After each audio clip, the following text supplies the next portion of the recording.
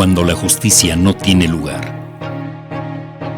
Prisionero de conciencia. José Humbertus Pérez Espinosa, por Comunicadores MX.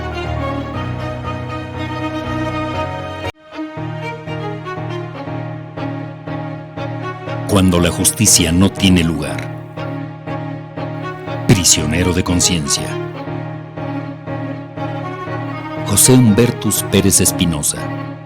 por Comunicadores MX.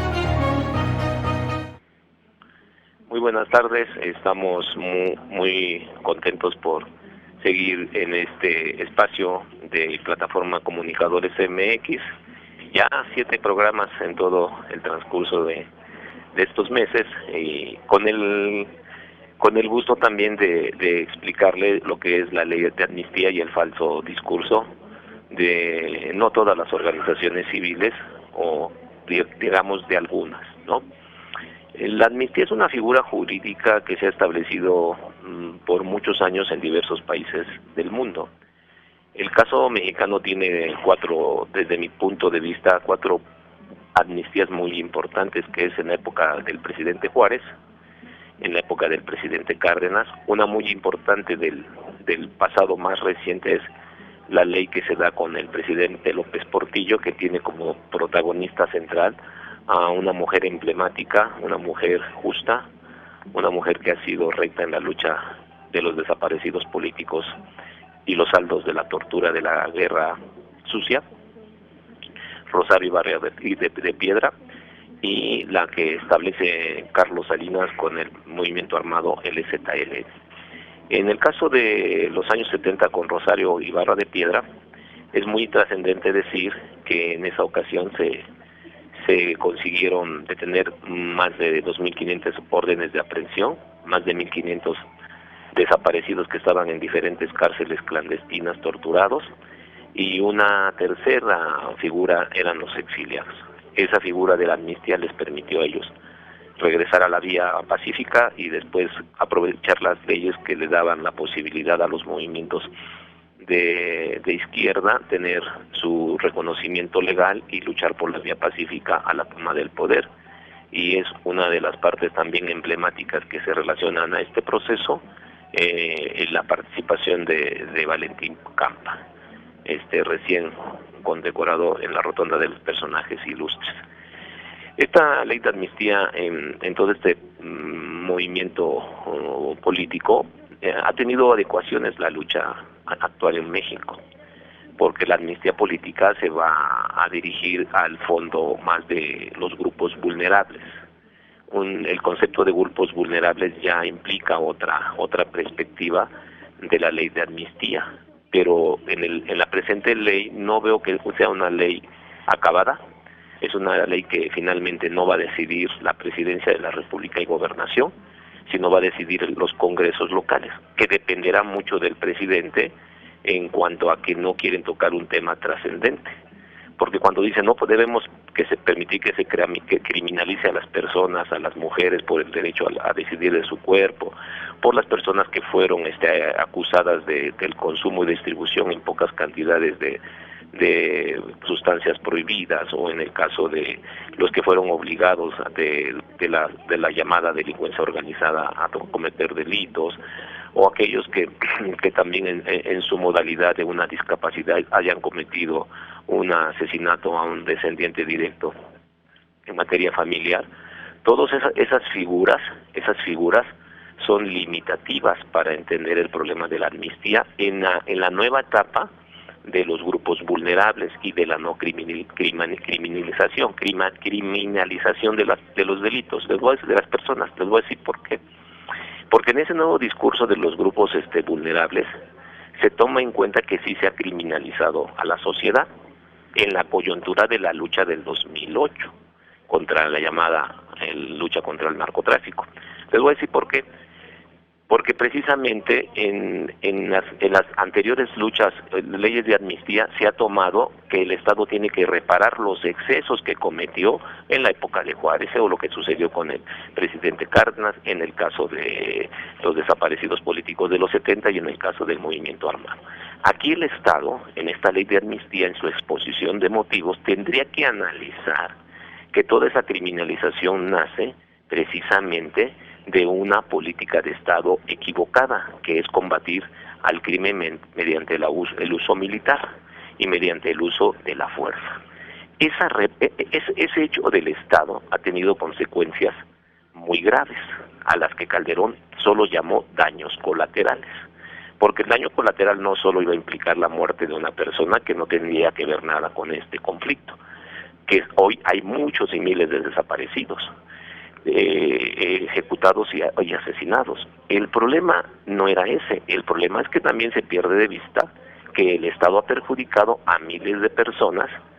que sin haber cometido un delito están purgando delitos que tienen la modificativa de violencia, porque todo lo que plantea la ley de amnistía no considera aquellos delitos que se haya cometido la supuesta violencia, porque ellos no alcanzarían la amnistía. Entonces, ¿qué sentido tiene que el Estado tenga que reparar esas conductas que no se cometieron, corregir esos excesos y darle la oportunidad a las gentes que están sentenciadas por secuestro, por homicidio, por extorsión, violación, delincuencia organizada y que no cometieron el delito? Porque en esta lucha contra la delincuencia lo que sucede es precisamente que el Estado ha cometido un exceso utilizando los órganos de la Procuración de la Justicia, de la Administración de la Justicia y el cumplimiento de la ejecución de las penas en cárceles verdaderamente que no son centros de reclusión, sino que son centros, en muchos de ellos, de semiesclavitud y de represión.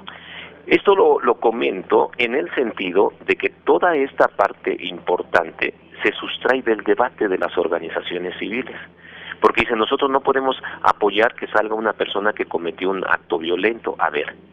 pues están equivocadas las organizaciones como Tojil, que lo único que hace en una entrevista con Patricia Dávila en Proceso es confundir los criterios que tiene el Código Nacional de Ejecuciones Penales, que les permite a las personas, con el criterio de oportunidad, con todos estos tipos de delitos que no se cometen la violencia, tener el derecho a la libertad, y confunde la ley de amnistía con la Ley Nacional de Ejecución Penal, con lo que es la figura de la libertad anticipada y de la libertad condicionada, que son dos figuras que el delito, si es culposo, te puedes ir con el 50% más uno, y también si has cumplido la mitad de los delitos que no tengan delincuencia organizada, por ejemplo. Este 50% es para una persona que está en proceso, pero también que está en sentencia, y para los que cumplen el 70% es la libertad anticipada, que no tienen que tener supervisión y vigilancia cuando han obtenido la libertad. ¿Eso qué tiene que ver con la ley de amnistía? Y entonces Tojil dice, bueno, es que si ya está estas disposiciones en el Código Nacional de procedimientos penales, ¿para qué nosotros tenemos que darle la facultad a Gobernación y a la Fiscalía para que dé la aplicación de la ley de amnistía? La ley de amnistía no tiene nada que ver con ese proceso. En sentido jurídico y legislativo podrían darse reformas para que no se tuvieran excesos y que pudieran hacer las excepciones en lo que ya establece el Código Nacional de Procedimientos Penales, pero que se confunda el proyecto de la iniciativa del presidente Andrés Manuel López Obrador no es en el sentido de que se limite, porque lo que habría que considerar en esa ley de amnistía es que la exposición de motivos no define lo que va a hacer el legislador en el articulado de la ley. La exposición de motivos no quiere tocar el punto de los efectos de la guerra de todas aquellas personas que somos inocentes. ¿Por qué? Les voy a decir por qué y vamos al corte. Porque el Estado lo que hizo, vulgarmente y violentamente, fue otorgarle a los estados y municipios el presupuesto en los municipios por municipios o por regiones donde más se cometiera el delito o que más denuncias hubiera. Voy a poner el caso de Ecatepec, del Estado de México es Ecatepec. Dicen, hay más denuncias, sí, y se incrementan la fabricación de culpables. Hay un muerto y dice, no fue Pedro, fue Juan, tráetelo. Hay un delito de robo a Oxxo, no hay ni cámaras. ¿Cómo no puede haber cámaras si la ley nacional, si el Acuerdo Nacional para la Seguridad del 2008 establecía que las cámaras de comercio y industriales tenían que tener todo el sistema de circuito porque estaban comenzando a ser agredidos los centros comerciales y las industrias y los robos a comercios? Entonces tuvieron que haber tenido el sistema de comunicación en grabación y videograbación. Bueno, ¿qué es lo que pasa? Entonces, por el presupuesto, por el número de delitos, de denuncias, es como se asignaron los presupuestos. Y entonces, para justificar el presupuesto, les voy a poner el caso, el robo de autos, un Suro de 1990, cuando hay Surus o hay carros más modernos que no se reportan como robados. En una muestra que yo hice de 50 carros robados, ningún carro es nuevo. Ninguno tiene dentro de los delitos de robo de más alto impacto, y siendo el Estado de México el primer estado con robo de vehículos. Entonces nos damos cuenta que la criminalización ya se dio. La criminalización se da con personas que les fabrican la modificativa de violencia, como es mi caso, y automáticamente entonces pasan tiempos prolongados en la cárcel, no solo en el proceso penal, sino también en una sentencia que es injusta. Eso no considera la ley de amnistía, pero son mexicanos que deberían de tener el derecho a estar y que sin ningún miedo las organizaciones de la sociedad civil deberían de entrar a este debate, o deberían dejar de hacer sus posicionamientos de mucha intelectualidad e ir a los reclusorios, tener una muestra de los internos, porque hoy la Ley Nacional de Ejecución Penal permite esas organizaciones que entren. El único en Ecatepec, hasta antes de que yo saliera de la cárcel, el único organismo que tenía una verdadera base de datos de los beneficios de lo que son lo que ya establece la ley que ha establecido fue presunción de inocencia y derechos humanos, porque no hay base de datos penitenciaria después de que se agotó el término el 30 de agosto del 2018, hace un año precisamente. Entonces estamos ante una situación verdaderamente triste, y entonces en ese falso discurso nosotros queremos criticar a la ley de amnistía porque no establece beneficios establece beneficios a las personas que van a salir. Pueden salir miles de personas. Falso. También con las reformas al sistema de justicia penal acusatorio dicen que iba a haber puertas giratorias y nunca salió tanta gente. Eso también fue un falso discurso. Entonces, el falso discurso es porque estas organizaciones no entran al debate de los daños que ha generado a miles de mexicanos que estamos en prisión sin haber cometido un delito. Y una ley de amnistía moderna, en este nuevo discurso, ya no de las personas que fueron brutalmente reprimidas por pertenecer a una organización guerrillera, sino al discurso nuevo de los grupos vulnerables que están en la cárcel y mucha gente inocente que no se cometió el delito. Entonces, voy a continuar en la siguiente espacio a decir cómo estas organizaciones no han entendido que la ley de amnistía sí debe de tocar el caso de las personas privadas de la libertad por la modificativa de violencia que no cometieron el delito, estén en proceso o estén ya en ejecución de la pena como sentenciados. En un momento continuamos. El Ayuntamiento de Toluca anunció la venta de bonos de carbono forestal a compradores registrados en la Bolsa Mexicana de Valores. Este es un logro alcanzado en colaboración con el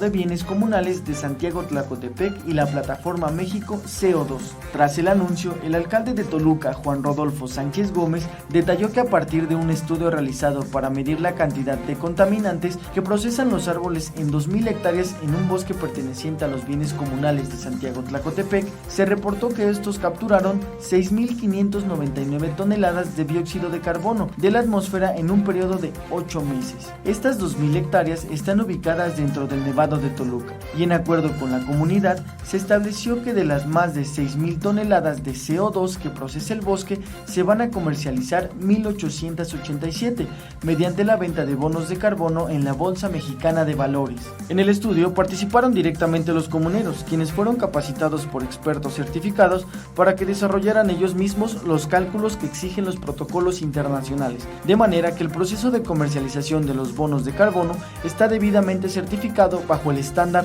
CAR, que es el más riguroso en su tipo.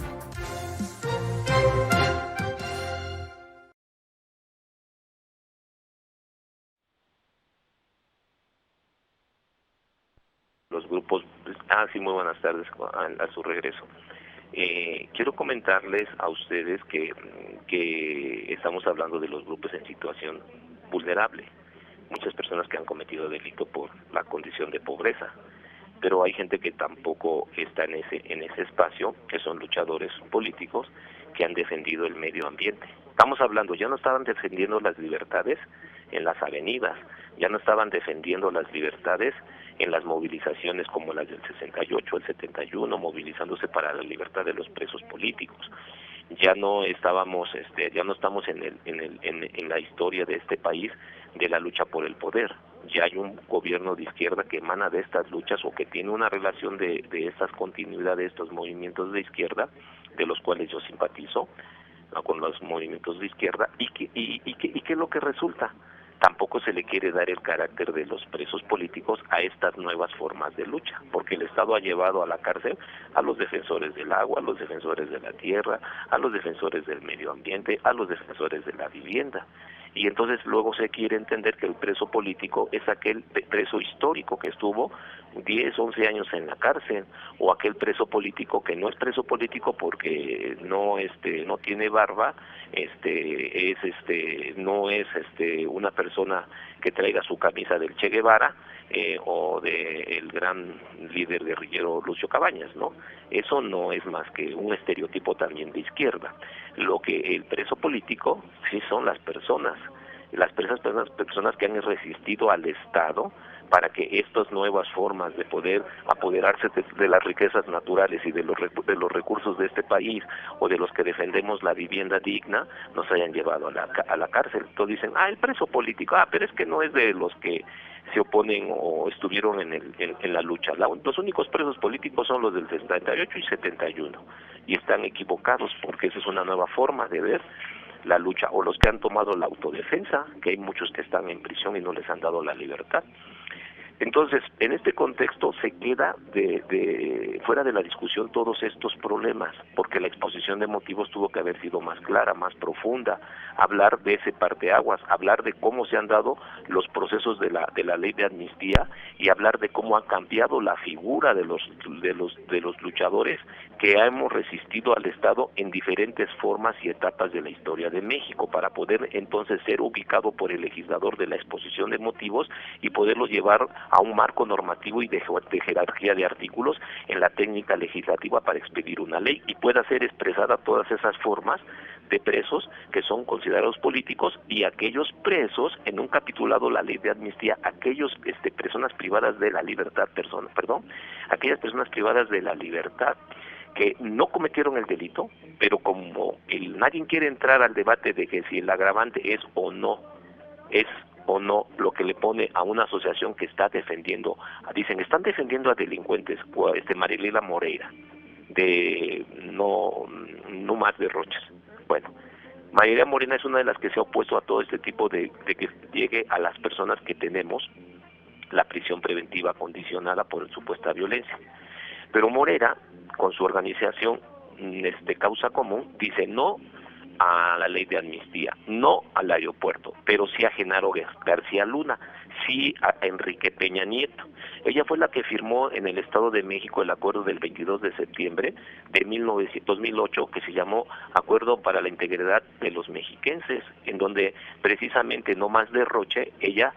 era la responsable de la sociedad civil para supervisar los derroches que cometió el gobernador Enrique Peña Nieto y Erubiel, en la falta de la constitución del sistema de justicia penal acusatorio, en la falta de certificación, en la falta de capacitación, en la falta de infraestructura, la red de comunicaciones para poder establecer a través del C4 y C5, que en los lugares más importantes, ¿cómo es posible que haya avenidas donde dice que se cometió un delito, un robo, un homicidio, y dicen que las cámaras no funcionan? Todas esas cosas hacen que las organizaciones asuman una posición política de interés. Y en este caso hay grupos que se oponen a la ley de amnistía que dicen no pueden salir los delincuentes pobres porque nos van a seguir secuestrando. No pueden salir, ese es el discurso discriminatorio, los jóvenes porque son chairos o son fifí, no lo sé. Pero aquí lo importante es ver cómo las organizaciones no quieren entrar a la discusión de las personas privadas de la libertad que no cometieron el delito y están llenas e intestadas las cárceles, como el caso de Brenda Quevedo, es uno de los más significativos, y sus compañeros. ¿Cómo es posible que hasta la mamá la hayan secuestrado y amenazado en las instalaciones de lo que era la unidad contra la delincuencia organizada? Para presionar, para obligar a su hija, para que después de la tortura se declarara culpable. Esas cuestiones infames deberían de estar incluidas en la ley de amnistía, y ellos tendrían que irse hasta el próximo periodo, porque no creo que salga la ley ya antes del 15 de diciembre, y se va a tener que ir al periodo legislativo de abril a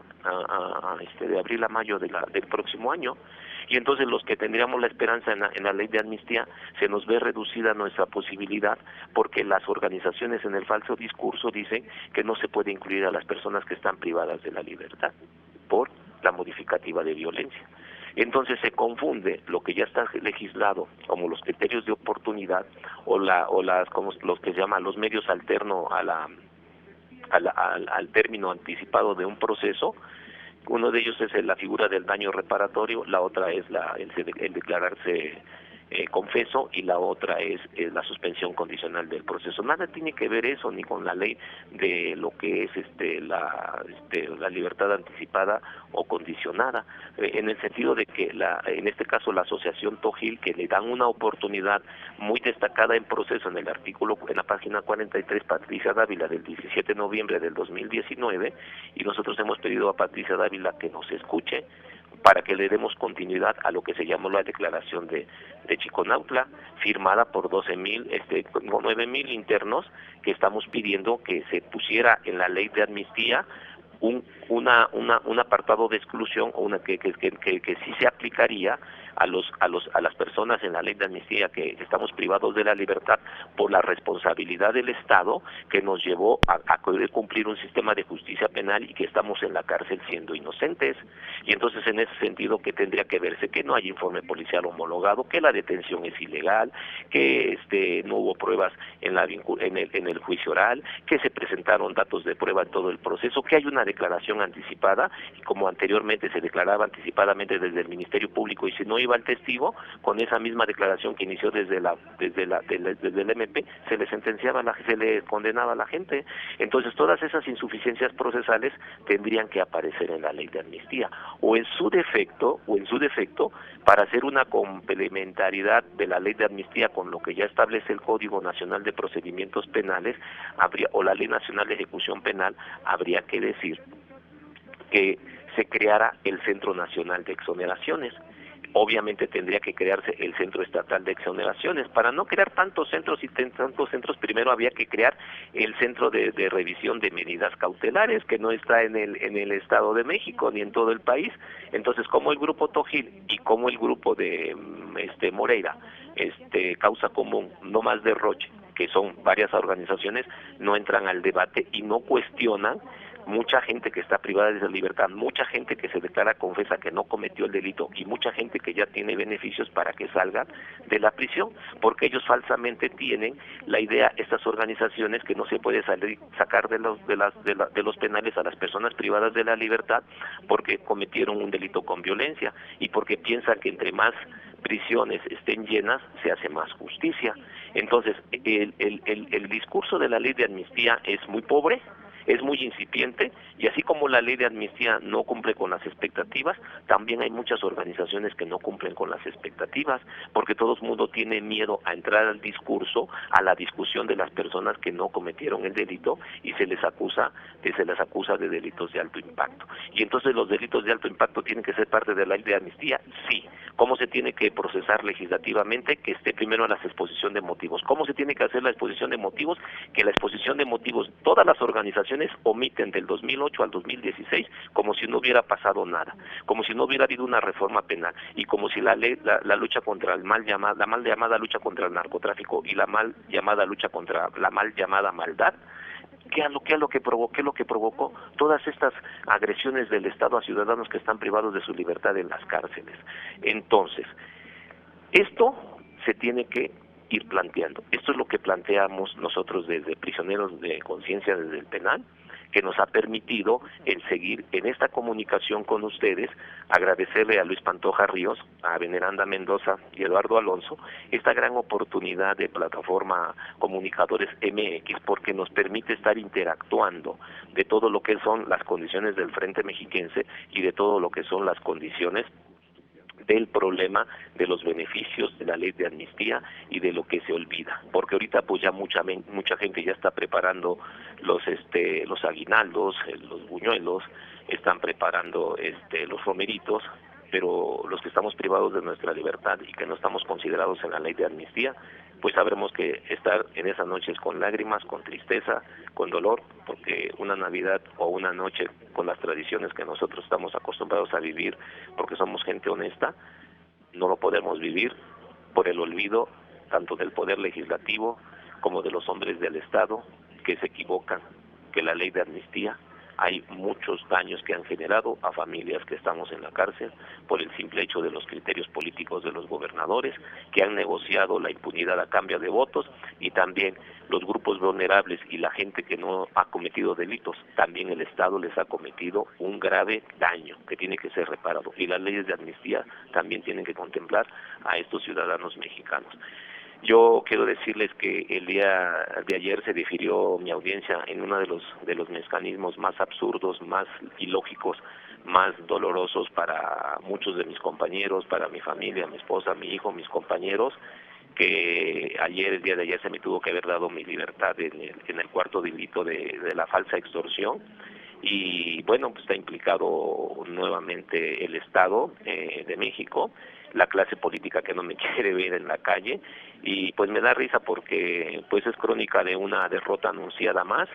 porque en el juicio oral no van a poder modificar las mentiras y los desmentidos que han hecho supuestos testigos que dijeron que este delito nunca lo cometí. Miren, yo no he querido hablar mucho de mi caso, pero en este caso, ¿qué dijo uno de los testigos? El señor nunca cometió el delito, el señor me ayudó a salir, uno de los propios testigos de la Fiscalía, y lo más grave, uno de los abogados que representa a la supuesta víctima depende de la nueva Secretaría de Seguridad la nueva Secretaría de Derechos Humanos y Justicia y Derechos Humanos. Y entonces, si es abogada de apoyo a víctimas, tendrían que decirle: tú no puedes apoyar a una víctima cuando tú estás interrogando a un testigo de cargo y él mismo dice que no se cometió el delito. En ese momento tendrían que decir: yo me separo de este momento porque el señor son unos falsos culpables y la persona que lo está imputando ha cometido el delito de falsedad. Y entonces, en ese momento el delito es grave, yo me paso a retirar, y la Secretaría de Justicia y Derechos Humanos no puede permitir a defender a gente que delinque en el interior de los penales, ¿sí? Yo ni siquiera he vivido de un solo peso de la cárcel, y se los puedo acreditar a cualquiera que a mi persona me quisiera imputar algo, porque yo nunca he pensado justo que podamos seguir haciendo sufrir a las personas que ya con el simple hecho de ir a la cárcel lo tienen. Entonces, este es el tema que yo quise tocar, muy breve, muy rápido, pero muy contento, muy sintético. Espero que se entienda, que me lo hagan ser patente en sus comentarios si quieren a un tema en especial. No he podido sacar nuevos temas porque estuve muy preocupado y muy atento a mis alegatos de clausura. Lo que sí voy a dar a conocer ahora prontamente son las pruebas de que no hay delitos antes de que los villancicos y la Navidad llegue para los que me tienen aquí. Yo no creo que se les amargue su platillo, ¿verdad? A Erubiel, a Mansur y a Alejandro Jaime Gómez Sánchez. No es algo personal, pero sí creo que me parece injusto que ante su derrota se haga lo que se dice en el árbol jurídico, una chicana jurídica, y no puede ser eso, porque los jueces están siendo presionados por los intereses para que me condenen, y los jueces por primera vez no quieren ellos que se les presione. Pido que el gobernador Alfredo del Mazo, en el entendido que él ha estado viendo la libertad de otros presos políticos en el Estado, en mi caso se actúe en consecuencia, y que si el gobierno del Estado no tiene ningún interés, pues que no meta las manos, y si la está metiendo una gente extraña, pues tendrían que decirle a estos grupos que gobernaron y dejaron al país, al Estado destrozado, como es el gobernador Erubiel, Jorge Olvera García, el presidente de la Comisión Nacional de Derechos, ni siquiera atiende mis quejas, y Jorge César Sansur Quiroga. Esto es el tema de lo de prisionero de conciencia. Espero haberles dado una explicación correcta y nos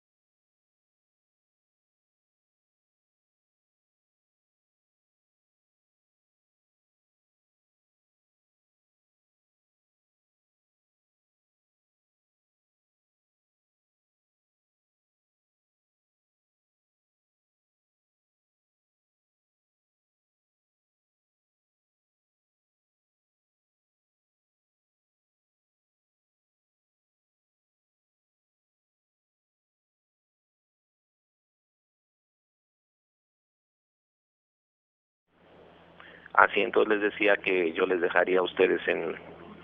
en los comentarios y consultar si consideran importante sacar mi tema. Lo sacaría en el próximo programa para ver todos los mecanismos de injusticia que se da en un proceso de una persona que está formado en el poder legislativo. Que se puede esperar la gente, pero pues no tenemos que dejarnos y tenemos que seguir luchando. Nuevamente un saludo a todos mis compañeros del Frente Mexiquense en todos los puntos del Estado de México, de los estados del país, a presunción de inocencia en cada uno de mis compañeros que coordinan algunas actividades, y decirles que estamos nosotros en una etapa muy importante de finalizar un año, pero también de seguir en la lucha por nuestras libertades. Y como siempre hemos dicho, el tiempo ha sido nuestro mejor aliado, y voy a cumplir un año con esta grave enfermedad. Ya me dieron de alta, y pues también hay mecanismos para seguirme sometiendo en un penal donde no debo estar. Estoy agradecido porque me salvaron la vida, pero también tengo que estar en un lugar donde pueda tener una convivencia como la que mi perfil en la cárcel debe ser correcto con lo que se me tiene que dar, y respetar mis derechos humanos como una persona privada de mi libertad. Buenas tardes, y les mando un fuerte abrazo en este día tan triste todavía, porque hace un poquito de frío y en las noches más. Gracias.